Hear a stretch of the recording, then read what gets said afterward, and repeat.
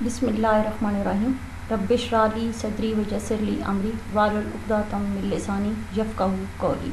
السلام علیکم dear students, امید کرتی ہوں آپ ٹھیک ہوں گی اور اپنی پڑھائی پر توجہ دے رہی ہوں گی۔ میں روٹین میں آپ سے یہ توقع کرتی ہوں اور مزید یہ توقع کرتی ہوں کہ آپ میری اس توقع کے اوپر پورا اترنے کی کوشش کریں گے۔ آج کا ہمارا ٹاپک ہے parts of the crown in Britain, برطانیہ میں جو تاج ہے اس کے اختیارات۔ لاسٹ لیکچر میں ہم نے جو برطانیہ میں تاج اور تاجدار کے مابین فرق، پھر جو رائل فیسلٹیز ہیں اور رولز آف سکسیشن ان کو دیکھا تھا، پھر بادشاہ کے کچھ اختیارات کو فوکس کیا تھا۔ آج ہم کراؤن کے اختیارات کو فوکس کریں گے۔ تو میں نے آپ کو بتایا کہ جو برٹش پولیٹیکل سسٹم ہے اس میں تاج کو کافی زیادہ اختیارات حاصل ہیں۔ وہ تمام اختیارات جو کنگ، کیبنٹ یا پارلیمنٹ کو حاصل ہیں وہ تاج کے ہی کنسیڈر ہوتے ہیں۔ اور تاج کے ان اختیارات کو سمجھنے کے لیے سب سے پہلے تو آپ کو پتہ ہونا چاہیے کہ what is the difference between king and crown. یہ لاسٹ لیکچر میں بھی میں نے ڈسکس کیا تھا، لیکن دوبارہ شارٹلی بتا دیتی ہوں کہ کنگ جو ہے وہ ایک انڈیویجول ہے اور کراؤن جو ہے وہ ایک ادارہ ہے۔ تاج یعنی جو ادارہ ہے، تو ادارہ جو ہے وہ دیٹ از پرماننٹ، اور جو فرد ہے انڈیویجول وہ کنگ ہے، تو وہ کیا ہے، وہ نان پرماننٹ۔ وہ بادشاہ آتا ہے چلا جاتا ہے، معزول ہو جاتا ہے، فوت ہو جاتا ہے یا کچھ بھی، لیکن تاج کا ادارہ جو ہے وہ مستقل ہے۔ تو سب سے پہلے تو ہم یہ جو تاج کے اختیارات ہیں اس میں سب سے پہلے ہم ایڈمنسٹریٹو پاورز کو دیکھیں گے کہ اس کے پاس کیا انتظامی اختیارات ہیں۔ وہ یہ کہ جتنی بھی انتظامی پالیسی کی تشکیل ہے یا انفورسمنٹ آف لاز ہیں، یہ اس کی ذمہ داری ہے۔ ملک میں لا اینڈ آرڈر سچویشن کو قائم کرنا، عوام کے جان و مال کے تحفظ کی ذمہ داری، اور اس کے ذمہ تاج اعلیٰ انتظامی و عدالتی عہدیداروں کا تقرر بھی کرتا ہے۔ وہ وزیر اعظم اور کابینہ کے ارکان، ججز، جو ہیڈز آف آرم فورسز، پھر جتنے بھی امبیسڈر ہوتے ہیں اور انٹرنیشنل اداروں کے جتنے بھی نمائندہ، ان سب کی تقرریاں وہ عمل میں لاتا ہے۔ پھر جو لیجسلیٹو پاورز ہیں ان میں سب سے امپورٹنٹ بات یہ کہ ملک میں جو قانون سازی کی اختیارات ہیں وہ جنرلی بادشاہ، کابینہ اور پارلیمنٹ کو حاصل ہیں۔ برطانوی تاج پارلیمنٹ کے اجلاس طلب اور ملتوی کرتا ہے۔ وزیر اعظم کے مشورے پر جو ہے تاجدار دارالعوام کو توڑ سکتا ہے۔ وہ پارلیمنٹ کا جو اوپننگ سیشن ہے یا افتتاحی اجلاس ہے اس سے بھی خطاب کرتا ہے، اور پارلیمنٹ کے منظور کردہ مسودات قانون کی منظوری بھی دیتا ہے۔ تاجدار وزیر اعظم کے مشورے پر آرڈر ان کونسل جاری کرتا ہے اور دارالمدار کے جو نئے ارکان ہوتے ہیں ان کا تقرر بھی کرتا ہے۔ پھر جوڈیشل پاس عدالتی اختیارات، تاج وہ انصاف کا سرچشمہ ہے اور عدالتیں اس کے نام پر انصاف فراہم کرتی ہیں۔ جتنے بھی لا لارڈز ہوتے ہیں یعنی دارالمراو قانونی امراج ہیں، ان کا تقرر بھی تاج کی طرف سے ہوتا ہے۔ مجرموں کی سزاؤں میں کمی کرنا، ان کو معاف کرنا یا اپیل وغیرہ، یہ سب سننا اس کے اختیارات میں ہے۔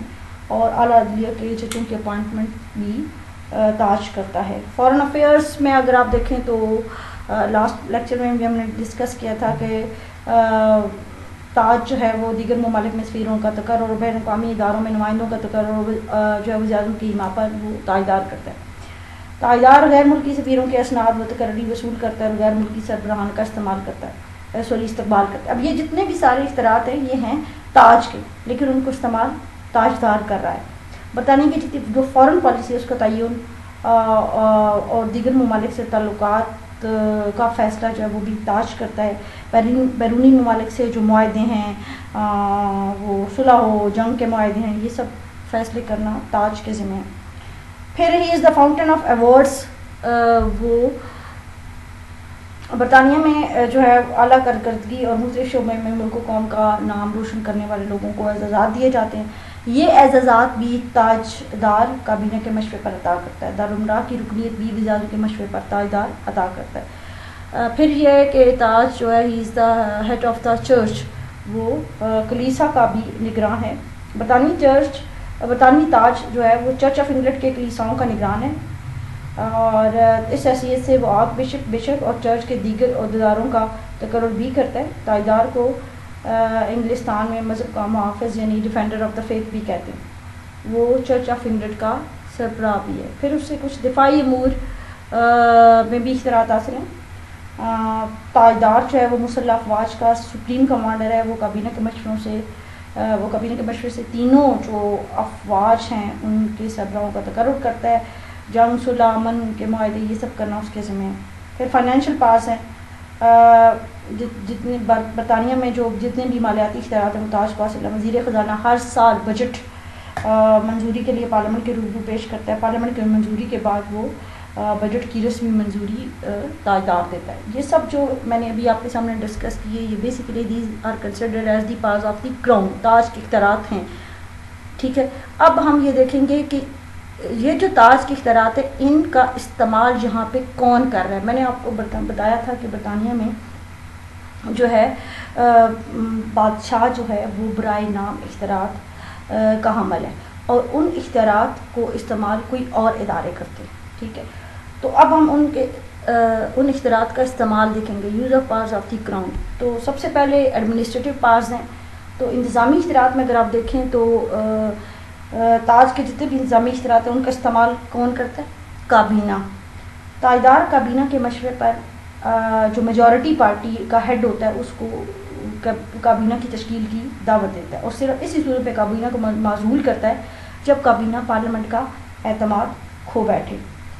تاہم ایسی صورت میں جب کسی پارٹی کو ہاؤس آف کامن میں کلیئر کٹ میجورٹی حاصل نہیں ہوتی تو وہ پھر اپنی ثوابدیدی اختیارات بھی استعمال کر سکتا ہے۔ فارن افیئرز میں اگر آپ دیکھیں، یہ پہلے بھی ہم نے ڈسکس کیا کہ جتنے بھی اختیارات ہیں وہ تاجدار کے نام پر کابینہ استعمال کرتی ہے۔ بیرون ملک سفیروں کا تقرر یا معاہدات جیسے امور تاجدار وزیر اعظم کے مشورے سے سر انجام دیتا ہے۔ یہ میں آپ کو بتاؤں کہ جتنے بھی اختیارات ہم نے یہاں یہ پڑھے اور پھر یہاں ان کا استعمال کون سے ادارے کرتے ہیں، یہ چیزیں اوور لیپ کر رہی ہیں۔ شارٹلی اگر آپ ان کو دیکھیں تو اس کا ویو بہت آپ کو منیمم نظر آئے گا، صرف ڈیٹیل اس نے بیان کرنے کی کوشش کی ہے آپ کو کہ آپ کو سمجھ آ جائے۔ پھر لیجسلیشن، جیسے پہلے بھی میں نے کہا کہ قانون سازی کے اختیارات بھی تاج کو حاصل ہیں، تاج ہی تمام اختیارات کا سرچشمہ ہے لیکن اس کے اختیارات کوئی اور ادارے استعمال کرتے ہیں۔ تو یہاں تاج کے قانون سازی کے اختیارات کون استعمال کر رہا ہے؟ پارلیمنٹ۔ میں نے آپ کو بتایا کہ اس کے انتظامی اختیارات کون استعمال کرتا ہے؟ کابینہ اور وزیر اعظم۔